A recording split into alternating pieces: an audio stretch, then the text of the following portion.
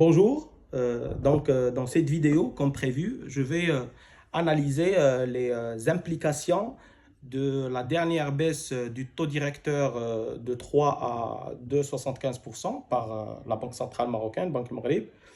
Je vais ensuite essayer d'analyser quelles sont les limites de la transmission de la baisse du taux directeur à l'économie marocaine. Et vers la fin, je vais essayer de voir quelles sont justement les solutions ou quels sont les changements qu'on peut apporter à la politique monétaire marocaine pour que ce genre d'action de politique monétaire pourrait se transmettre à l'économie nationale. Je vais surtout mettre l'accent sur les spécificités de l'économie marocaine et surtout les spécificités du système bancaire marocain. Très bien. Donc, quand on parle du taux directeur, déjà rapidement, comme vous le savez, le taux directeur, donc c'est le taux d'intérêt de refinancement, si vous voulez, des banques commerciales auprès de la Banque centrale. Au Maroc, ce taux est adossé aux avances, c'est-à-dire au principal instrument de politique monétaire qui est les avances à 7 jours. Bien qu'on peut parler d'autres taux directeurs secondaires, je peux donner comme exemple donc le taux des avances à 24 heures, c'est aussi un taux directeur qui est secondaire. Bien. Donc, quand on baisse, quand une banque centrale de manière générale fait baisser le taux directeur, donc on s'attend à ce que les banques commerciales répercutent cette baisse du taux directeur qui est un coût de refinancement. Un coût de refinancement de la banque commerciale, puisque la banque commerciale, elle a une marge d'intérêt. On ne va pas parler de la marge d'intermédiation, prenons seulement la marge d'intérêt.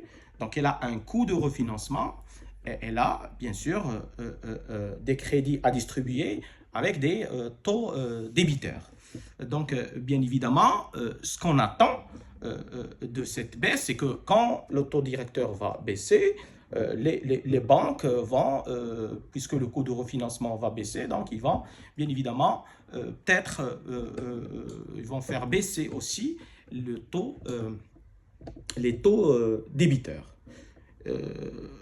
Pour parler d'une autre phase, aussi de la transmission, puisqu'on n'est toujours pas arrivé à l'économie réelle, donc baisse, si on aura ça, baisse des taux du crédit bancaire, ça va peut-être, c'est pas toujours systématique, ça va peut-être attirer plus de demandeurs de crédit, puisque le coût des crédits bancaires va baisser et ça va relancer la consommation, l'investissement. Parfois, on ne veut pas faire ça. Pourquoi? Parce qu'on se dit que si on a des pressions inflationnistes, il ne faut pas faire ça parce qu'il y aura plus de distribution de crédit, donc il y aura peut-être, donc mis à part les anticipations d'inflation, donc plus de distribution de crédit, donc il y aura peut-être le pouvoir d'achat qui va augmenter théoriquement, et donc la demande qui va augmenter, et donc pour un niveau de production donné ou un niveau de produit donné, les prix vont augmenter. Ça, c'est ce qu'on appelle le mainstream economics, la théorie économique dominante. Mais l'économie n'est pas aussi simple que ça. Il faut toujours prendre en considération les spécificités de l'économie. Parce qu'on ne peut pas appliquer cette politique dans n'importe quel pays et à n'importe quelle conjoncture, et ça va marcher comme ça. Ça ne peut pas toujours fonctionner comme ça. Surtout dans le contexte des pays en développement. Alors, au Maroc, pourquoi c'est difficile de relancer l'économie ou de relancer la consommation et l'investissement suite à une baisse du taux directeur. Bien. Si nous prenons l'institution ou plutôt la société qui fait répercuter ou qui répercute cette baisse du taux directeur sur les taux appliqués aux agents économiques, c'est la banque. Alors, il ne faut pas oublier une chose. La banque est une société généralement privée. Si on n'a pas de banque nationale, donc généralement c'est une société qui est là et qui a un but lucratif. Elle est là pour gagner de l'argent, comme n'importe quelle société. Donc, si on n'aura pas de transmission du taux directeur à l'économie nationale, ou de la baisse du taux directeur à l'économie nationale, on ne va pas reprocher ça à la banque commerciale. On ne va pas dire, non, c'est à cause de la banque commerciale. La banque commerciale est là pour gagner de l'argent. Si elle a une opportunité pour gagner plus, elle va faire de son mieux pour gagner plus. Mais par contre, la banque centrale est là justement pour servir l'économie nationale, pour servir les citoyens, pour être au service des citoyens, pour être au service des entreprises, pour être au service de l'économie. Donc, la banque commerciale, quand elle va voir que le coût de refinancement baisse, personne au Maroc, dans le cadre de la réglementation bancaire marocaine, donc la banque marocaine n'a pas, donc la banque commerciale marocaine n'a pas d'obligation pour qu'elle puisse répercuter cette baisse sur les taux des crédits bancaires. Autre chose, c'est que la banque commerciale, si elle a peut-être, si elle va voir que le taux directeur augmente, pour elle, c'est une augmentation du coût de refinancement. Dans ce contexte, on va peut-être voir que la banque commerciale va rapidement répercuter cette hausse du taux directeur sur les taux des crédits bancaires. Parce que pour elle, une hausse du taux directeur, pour elle, celui qui doit normalement subir cette augmentation du taux directeur, c'est plutôt le citoyen marocain ou l'entreprise privée. Donc pour elle, pour qu'elle puisse garder sa marge d'intérêt, augmentation du coût de refinancement, donc automatiquement, elle va augmenter le taux des crédits bancaires. Si vous passez pour demander un crédit à la consommation, un crédit immobilier, la banque ne va pas hésiter à vous dire on est désolé, les taux du mois dernier ont changé parce qu'il y a eu une augmentation du taux directeur. Par contre, quand il y a une baisse du taux directeur, vous passez chez la banque commerciale pour demander un crédit, elle ne va pas vous dire automatiquement, je dis bien automatiquement, elle ne va pas vous dire que le taux directeur a baissé, donc il y a une baisse importante dans les taux des crédits à la consommation ou pour les entreprises, crédit d'équipement, etc., crédit de trésorerie, etc. Donc, on se demande pourquoi il y a tout ça. Pourquoi il y a tout ça? C'est à cause de deux choses. À cause de la structure du système bancaire, comment il est, et à cause également de la politique monétaire, du design de la politique monétaire, des instruments de la politique monétaire. Nous allons prendre tout d'abord le premier point, nous allons l'analyser. La structure du système bancaire. le système bancaire marocain, on le sait très bien, c'est un marché oligopolistique. Donc, un marché oligopolistique, et les gens de la microéconomie le comprennent très bien, vous avez peu de chances à avoir de la concurrence, donc vous aurez peu de chances à profiter des effets positifs de la concurrence dans un marché. Quand vous avez ça, ça va peut-être limiter la transmission de la politique monétaire à l'économie réelle, contrairement au cas où il y a de la concurrence. Parce que quand il y a de la concurrence dans le système bancaire, vous n'aurez pas de problème.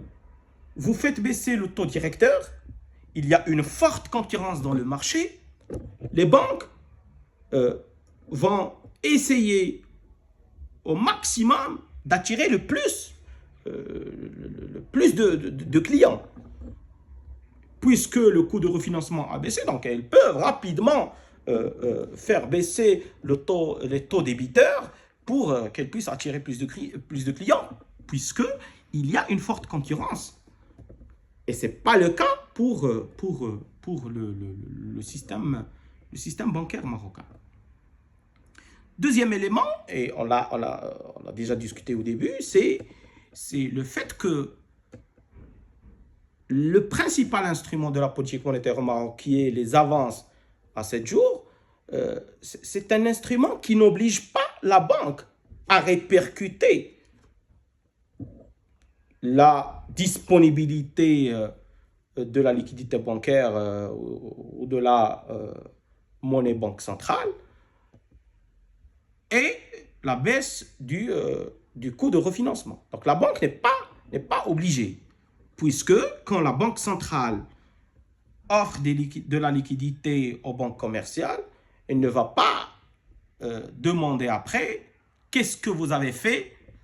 Elle ne va pas demander aux banques commerciales qu'est-ce qu'elles ont fait de cette liquidité.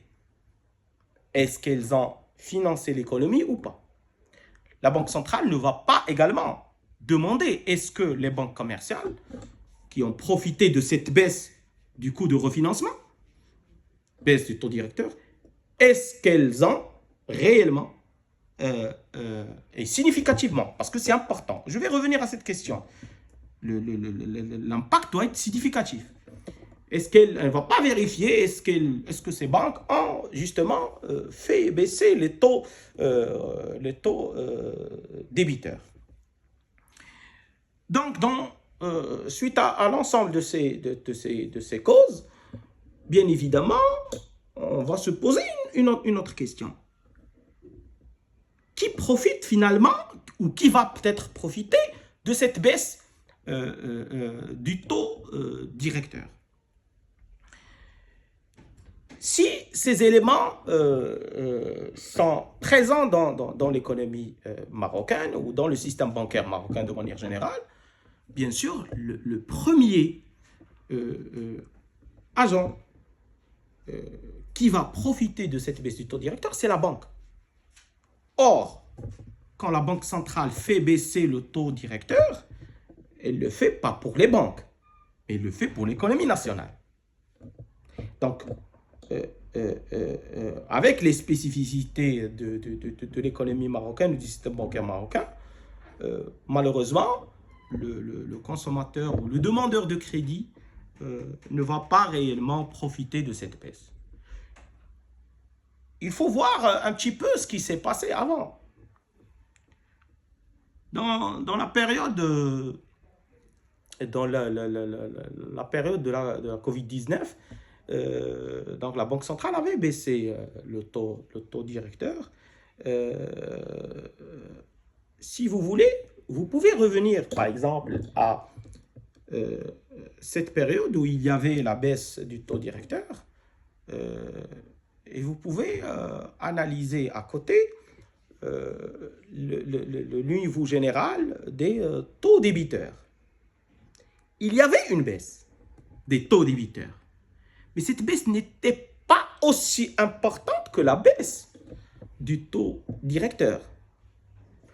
Alors, est-ce que je vais dire que les banques ont juste fait semblant qu'il y avait une baisse pour montrer un petit peu qu'il y avait une répercussion sur les taux débiteurs ou bien autre chose?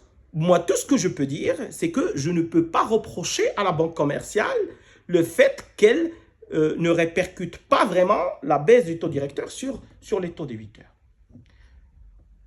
Par contre, on peut discuter la politique monétaire. Comment elle est?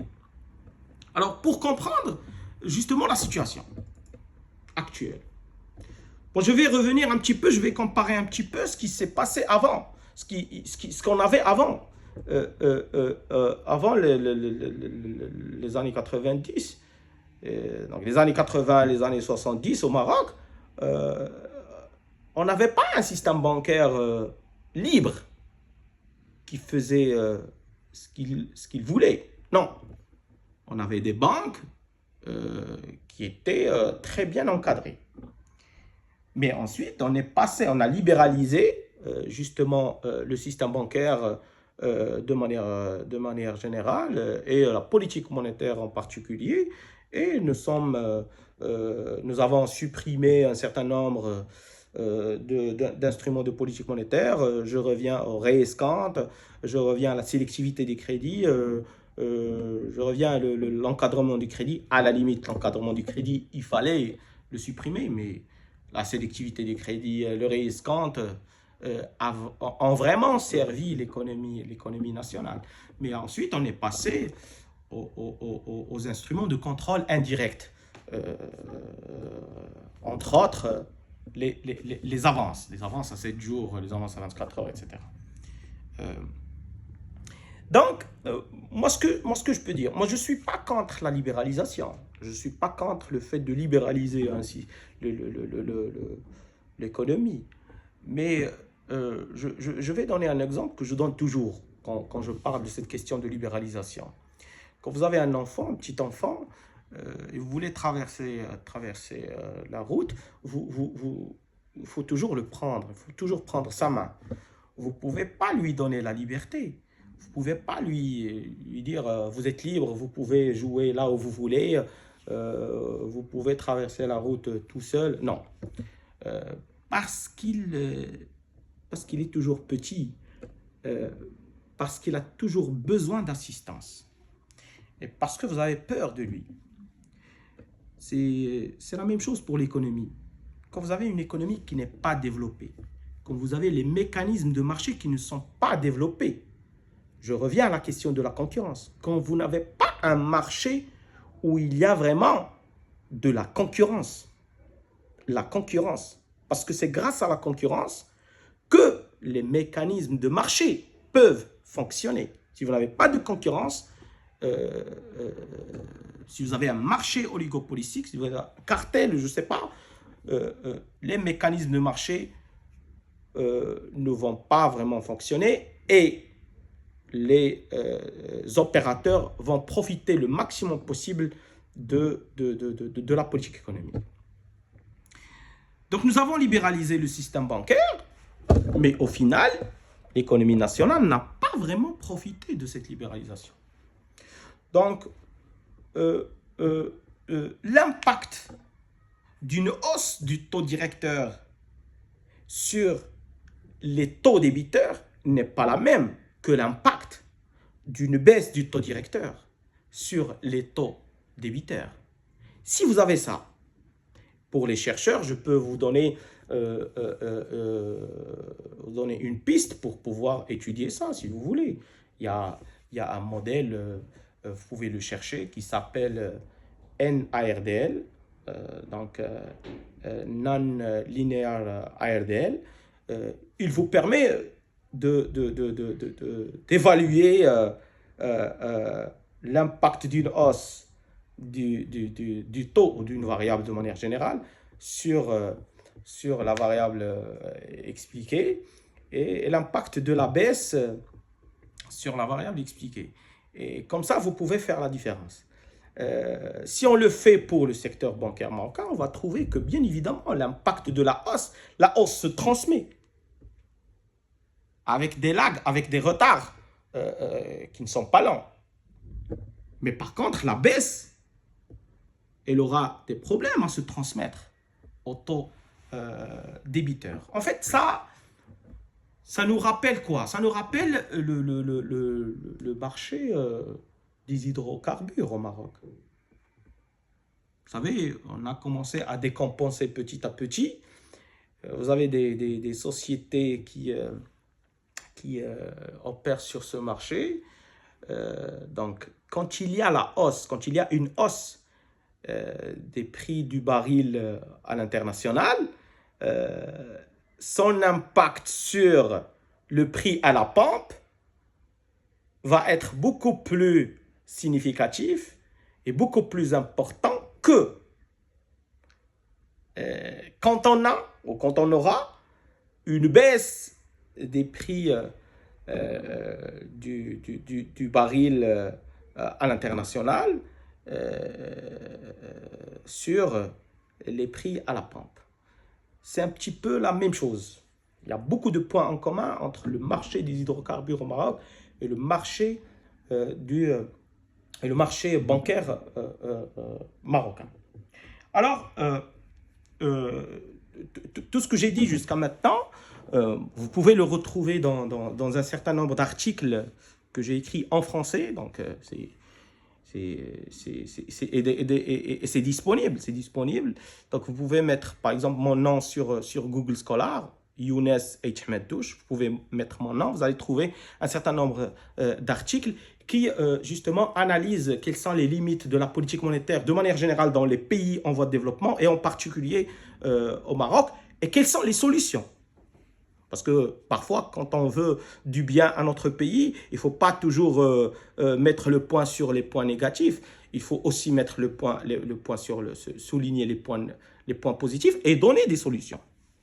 Donc, on va parler maintenant des solutions. Alors, les solutions, j'ai dit, vous pouvez les retrouver dans l'article. Moi, je vais donner un petit résumé rapidement, surtout en ce qui concerne cette question du taux directeur et de son impact sur l'économie marocaine. Donc, quand vous avez un marché oligopolistique et que vous constatez que les banques ne répercutent pas vraiment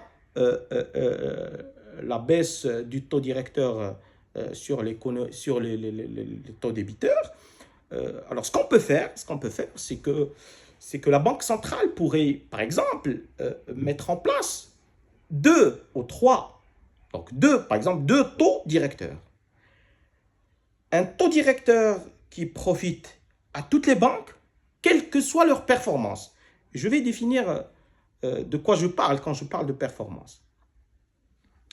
Donc, un taux qui profite à toutes les banques, quelle que soit leur performance, et un autre taux favorable qui profite à certaines banques qui sont distinguées par rapport aux autres en ce qui concerne la performance. La performance en termes de quoi? Donc, je vais définir de quoi je parle quand je dis la performance.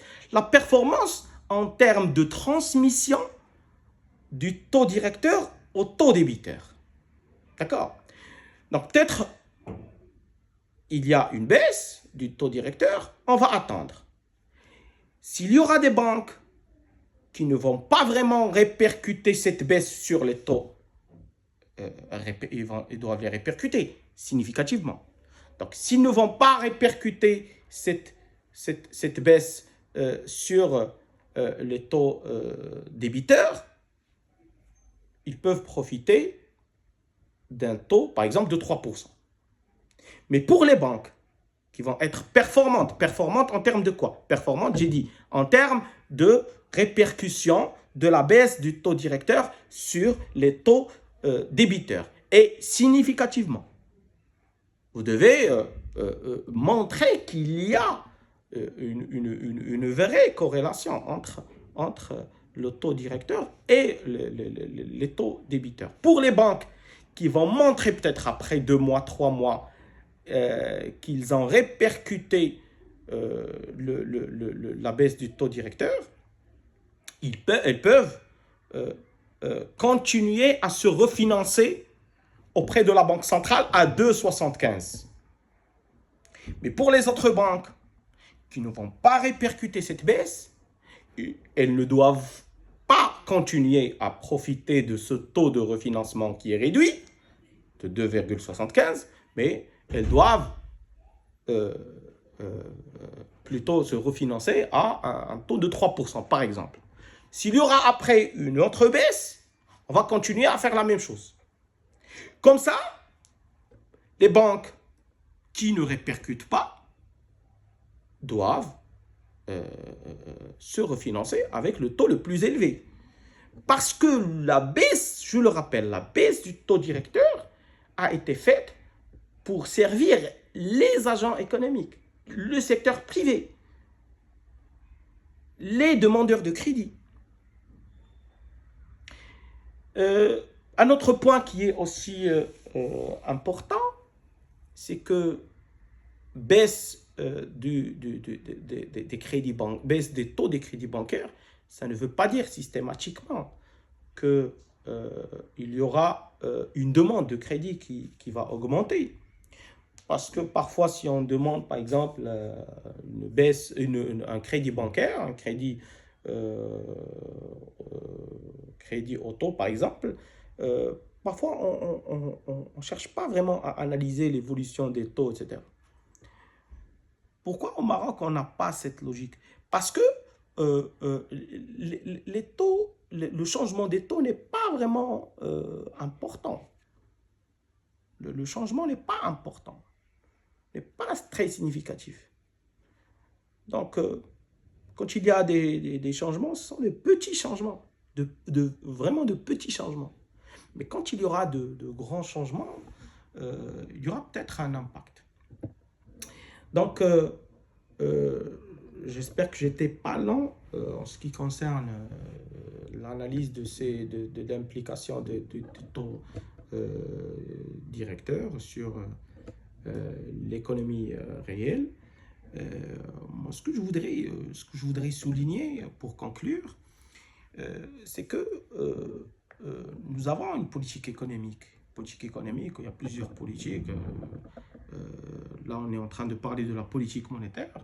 La politique monétaire est établie et conduite par la Banque centrale.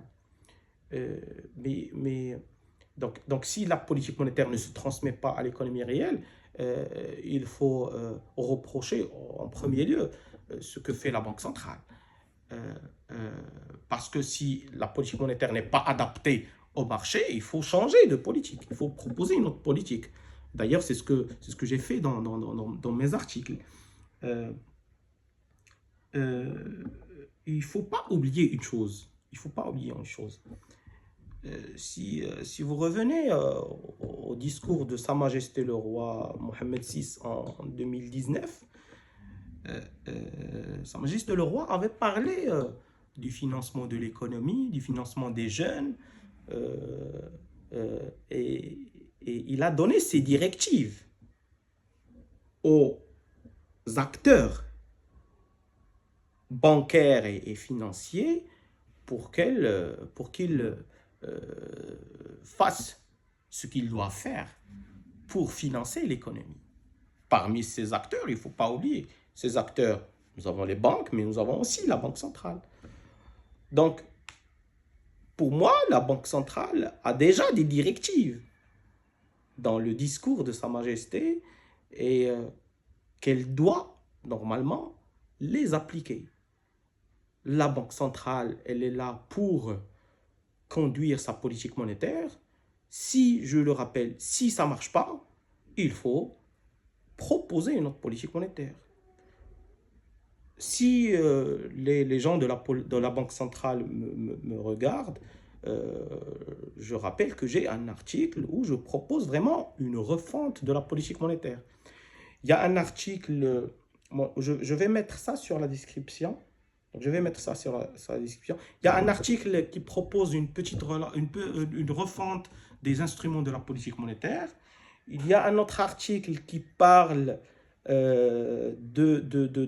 l'adoption d'un mandat dual de la politique monétaire pour que la Banque centrale puisse donner la même importance à l'objectif de la stabilité des prix et l'objectif de l'activité économique ou l'objectif de l'emploi.